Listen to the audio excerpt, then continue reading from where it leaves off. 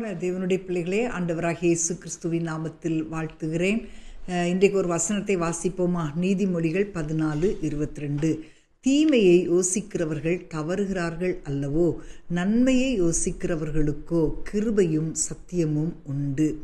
நன்மையை யோசிக்கும் போது நமக்கு ஒரு கிருபை உண்டாகும். தேவனுடைய கிருபை நம்மேல் இறங்கும். இப்போ இன்னைக்கு நிறைய பேர் வேதத்தில் நம்ம பார்க்கும்போது சவுல் தாவீதுக்கு விரோதமாக தீமையை யோசிச்சுக்கிட்டே இருந்தான். எப்போ அவனை பிடிக்கலாம், எப்போ அவனை கொல்லலாம், உட்கார்ந்தாலே உடனே வில்ல எய்ய வேண்டியது, அம்பை எய்வான். இப்படி எப்படி கொல்லலாம், எப்படி அவனை கீழே தள்ளலாம், இப்படியே அவனுக்கு விரோதமாக தீமையை யோசிச்சுட்டே இருந்தான், செயல்பட்டு கொண்டே இருந்தான். ஆனால் அவனுடைய வாழ்க்கையில் அவனுடைய ராஜ்யபாரம் முடிவுக்கு வந்தது. அதே போல் ஆமானுடைய வாழ்க்கையில் மொர்தெக்காய்க்கு விரோதமாக தீமையை யோசிச்சுக்கிட்டே இருந்தான்.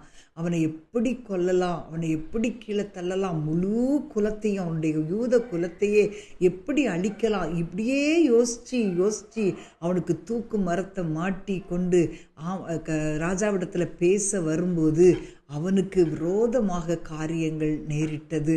அதே போல் யோசேப்பின் சகோதரர் யோசேப்புக்கு விரோதமாக தீமையே யோசிச்சாங்க.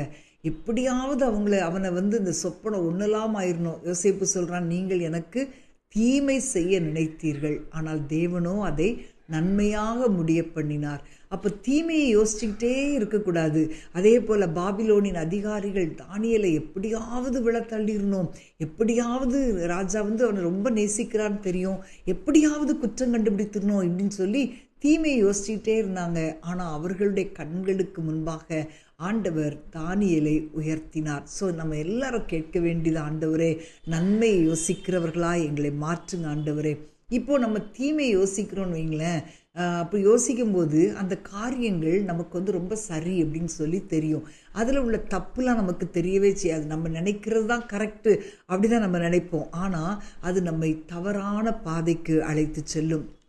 நன்மைகளை யோசிப்பது மற்றவங்களுக்கு ஆசீர்வாதத்தை கொண்டு வரும். நம்ம எதை விதைக்கிறோமோ அதைத்தான் நம்ம அறுப்போம். இப்போ யோசிக்கிறவங்களுக்கு நன்மை யோசிக்கிறவங்களுக்கு 2 ஆசீர்வாதங்களை ஆண்டவர் வாக்கு பண்ணுகிறார். ஒன்று கிருபை, ஒன்று சத்தியம். நன்மையை யோசிக்கிறவர்கள் அவர்களுடைய வாழ்க்கையிலே தேவனுடைய கிருபையும் தேவனுடைய கனத்தையும் பெற்றுக்கொள்வார்கள், அவருடைய தயவை பெற்றுக்கொள்வார்கள்.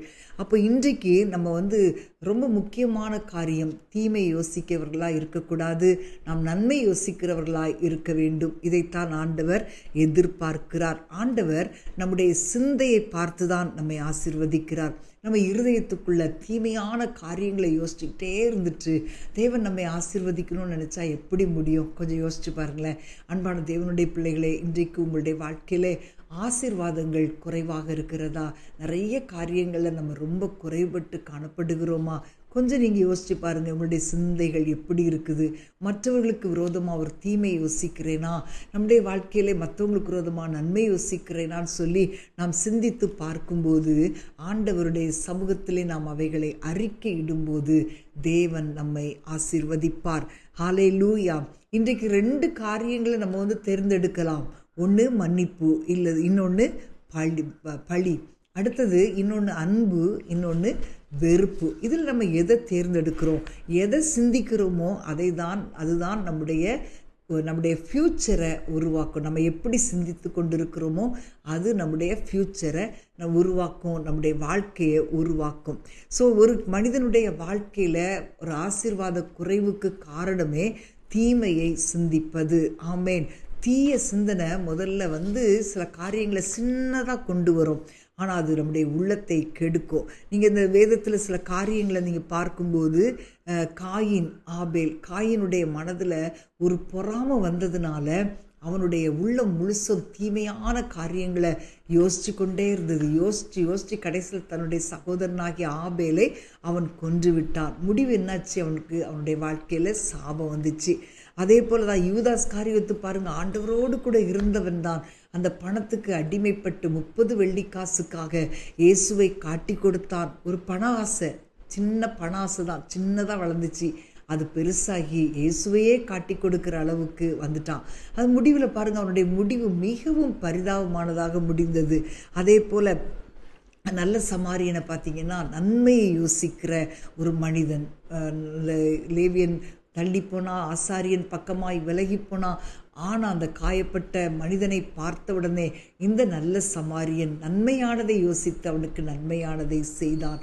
ஆமேன். அதே போல தாவீது நன்மையை யோசித்தான். சவுலை கொலை செய்வதற்கு எத்தனையோ வாய்ப்புகள் வந்தும் அவன் நன்மையை யோசித்து சவுலை காப்பாற்றினான்.